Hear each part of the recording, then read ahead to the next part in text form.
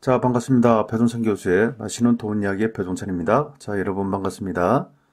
총선 결과 여당의 압승, 부동산 큰일 났다. 말도 많았고 탈도 많았던 2020년 4월 15일 총선이 드디어 끝났죠. 선거의 결과는 아직 정확한 결과는 나오지는 않았죠. 비례대표 결과가 오늘 오후쯤 돼서 이제 확정될 것 같고요. 하지만 우리는 지역구를 놓고 보더라도 또한 비례대표 또한 예상을 해볼 수가 있다는 얘기죠. 아무튼 결과로 본다면 민주당의 압승이라고 말씀을 드릴 수 있을 것 같아요. 범여권의 의석수가 180석이 넘는 진짜 여권의 압승이라고 말씀을 드릴 수 있을 것 같아요. 먼저 범민주 계열의 예상 의석수를 놓고 본다면요. 지역구에서 162석이고요. 비례대표에서 17석 해서 총 179석입니다. 엄청나죠? 엄청난 거예요. 그렇다면 통합당 같은 경우에는 예상할 수 있는 의석수는요. 지역구에서 85석, 비례대표에서 19석, 합계 104석 정도 이렇게 예상을 한다는 얘기죠. 어떻게 보면 통합당 입장에서 본다면 좀 저조한 성적이다라고 말씀을 드릴 수 있을 것 같아요. 여기에다가 열린민주당과 정의당까지 어떻게 보면 범여권이라고 볼 수도 있지 않겠습니까? 이런 의석수까지 포함을 합치면 거의 190석 가까이 된다는 얘기입니다. 한마디로 말씀드린다면 정말 민주당의 압승이라 범여권의 압승이라고 말씀을 드릴 수 있을 것 같아요. 자세한 의석수는 오늘 오후쯤 되어야 정확하게 알 수가 있을 것 같고요. 이 중요한 거는 이 범여권의 의석수가 180석을 넘었다는 거, 이거 굉장히 좀 중요한 사실인 것 같아요. 그렇다면 왜 의석수가 이렇게 중요하냐? 그러한 부분을 간단하게 설명 한번 해드리면 의석 점유율별 처리 가능한 일인데요.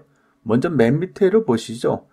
그러니까 과반수 이상, 즉 151석이다라고 한다면 국회의장직을 확보하고 본회의, 상정 법안, 예산안 단독 처리 등을 할 수가 있고요. 만약에 재적의원의 5분의 3 이상인 180석 이상이다. 패스트트랙 단독 추진 가능, 법안 반대 정당의 필리버스트 무력화 가능, 만약에 200석 이상이다라고 한다면 헌법 개정안 처리가 가능하다는 얘기예요. 그러면 이를 좀 자세히 살펴볼까요? 점유의석 151석 이상, 즉 과반의석이라고 하죠. 그러면 과반의석이 되면 어떤 거를 할 수 있냐? 국회의장직의 확보가 되고요. 본회의 상장 법안과 예산안 단독 처리가 가능하고요. 국무총리, 대법원장, 대법관, 헌법재판관을 단독 동의가 가능하다는 얘기예요. 여기에다가요. 다양한 부동산 규제 억제 정책이 가능하다는 얘기고요. 심지어 종합부동산세 인상까지도 가능하다는 얘기입니다. 그만큼 무섭다는 얘기예요. 만약에 180석 이상이다. 이럴 경우에는요. 패스트트랙 단독 추진이 가능하고요. 법안 반대 정당의 필리버스트를 무력화 가능하고요. 대부분의 법안을 독자적으로 처리가 가능하다는 얘기예요. 어떻게 보면 소득주도 성장이든 공수처법이든 마음대로 처리할 수 있다는 얘기입니다. 어떻게 보면 천하무적이죠. 이처럼 천하무적인데 부동산 관련 규제 법안, 이런 법안은 어떻게 보면 좀 뭐라고 표현해야 되나요? 좀 우습다는 느낌이 들지 않습니까? 과반수 이상이면 할 수 있는 건데 이건 아예 180석 이상이니까. 따라서 제가 보는 점에서는요. 만약에 집권 여당이 180석 이상이 되면 지금까지 나왔던 부동산 규제 정책, 이런 정책보다 앞으로는 더 무섭고 강력한 부동산 규제 정책이 더 나올 수 있다는 얘기예요. 이러한 부분이 있기 때문에 무섭다는 얘기죠. 따라서 현재 부동산 시장은 어떠한가요? 제가 자세하게 설명을 안 드려도 지금 전 세계적인 질병으로 인해서 전 세계 경제가 흔들리고 우리나라 경제 또한 흔들흔들하고 있지 않습니까? 이러한 와중에 총선 결과가 범여권 진영에서 180석이 초과됐다. 이상이다. 그럴 경우에는 부동산 시장에는 어떻게 보면 엄청난 타격이다라고도 말씀을 드릴 수가 있을 것 같아요. 요번에 더불어민주당의 부동산 총선 공약을 한번 살펴보면요. 핵심은 요거라는 거예요. 청년들, 신혼주택, 2020년부터 해서 2024년까지 서울 용산 코레일 부지하고요, 국공유지에 1만 호를 공급을 하겠다는 겁니다. 여기에 청년 신혼 전용원에서 수익 공유형 모기지를 제공하고요, 청년 신혼부부 각각 100만 가구에 공공주택 및 맞춤형 금융 지원을 하겠다는 얘기예요.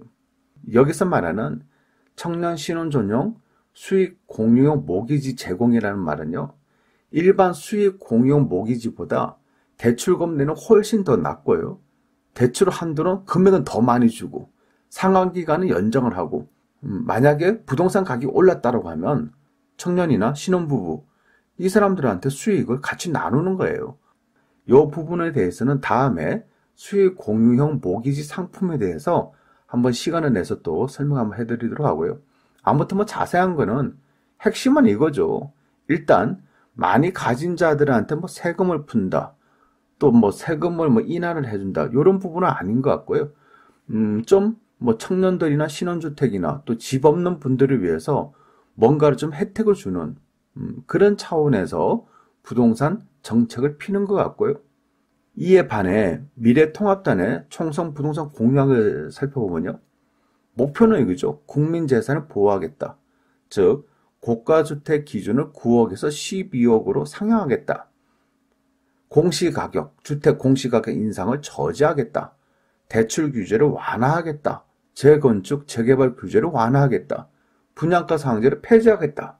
3기 신도시를 전면 재검토하겠다. 여러분 어때요? 좀 뭐가 확 다가오지 않나요? 그래요. 부동산 규제를 하지 말라는 거예요. 또 부동산 규제를 했다면 이러한 규제를 풀어주겠다. 그냥 사유재산권에 대해서 지나치게 좀 규제를 했다. 그러니까 이러한 부분은 내가 풀어주겠다. 이러한 부분은 우리 당은 풀어주겠다. 이런 취지지 않습니까? 아무튼 이번 총선의 결과를 놓고 본다면 결국 범여권의 압승으로 인해서 앞으로 부동산 규제가 지금보다는 더 강력해질 가능성이 많아 보인다는 얘기입니다. 물론 지금 당장 부동산 규제를 또 하겠다, 요건 아니겠죠. 왜냐하면 지금 전 세계적인 질병으로 해가지고 지금 경기가 좀 죽어나가고 있지 않습니까? 또 부동산 또한 하락세로 좀 전환이 됐고, 이런 상태에 또 뭐 부동산 규제를 해가지고 더 폭락시키겠다, 이런 뜻은 아니죠. 즉 정부 입장에서 본다면 무조건 떨어지고 무조건 폭락을 정부 또한 원하지 않아요. 모든 정부는 부동산 가격에 정말 완만한 상승을 원하지 부동산 가격의 급등이나 급락을 원하지 않는다는 얘기예요. 왜냐하면 급등을 하게 되면 또 대책을 내야 되고, 부동산 가격이 또 급락을 하면 또 그에 맞춰서 또 새로운 경기 부양책을 또 피해야 되니까. 그래서 정부는 부동산 가격의 완만한 상승을 원한다라고 이렇게 말씀을 드릴 수 있을 것 같아요. 그런데 지금 같은 부동산 경기에, 즉 하락으로 반전했는데 다시 뭐 추가 대책, 강력한 대책 요거 나올 가능성은 많지가 않다. 다만 지금과 같은 시간이 흘렀는데도 불구하고 부동산 가격이 안 떨어지더라. 그리고 어떤 지역은 부동산 가격이 또 급등을 하고 있더라. 예를 들어서 서울 지역이 또다시 급등을 하더라. 그럴 경우에는 언제든지 강력한 부동산 규제 정책은 나올 가능성, 그럴 가능성이 많다라는 거예요. 따라서 지금부터 4년 동안에 부동산 시장은 다소 부정적으로 보시는 게 더 좋아 보인다는 얘기입니다. 물론 또 그렇다고 해서 전국의 모든 부동산이 다 떨어진다, 또 모든 부동산이 다 폭락한다, 이런 이야기는 아닌 것 같고요. 부동산 시장 또한 주식시장과 비슷하잖아요.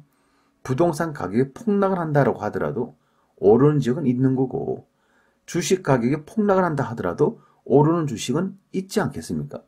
또한 주식 가격이 폭등을 하고 부동산 가격이 폭등을 함에도 불구하고 안 올라가는 부동산, 안 올라가는 주식은 안 올라간다는 얘기예요. 또한 앞으로 새로운 변수들도 충분히 또 생길 수도 있어요. 그건 뭐냐라고 하면 부동산 경기가 악화되고 부동산 가격이 계속 떨어져. 그러면 경기가 죽어나가. 그럼 정부 입장에서는 혹시라도 경기 부양책을 쓸 수도 있다는 얘기예요. 대출 규제를 완화해주고 또 부동산 규제를 풀어주는 그런 정책을 필 수도 있다는 얘기예요. 또 2022년 대통령 선거의 결과 이런 부분도 눈여겨보셔야 되겠죠. 기타 또 다양한 변수에 의해서 부동산 가격은 항상 유동적일 수도 있다라고 이렇게 말씀을 드리고 싶습니다.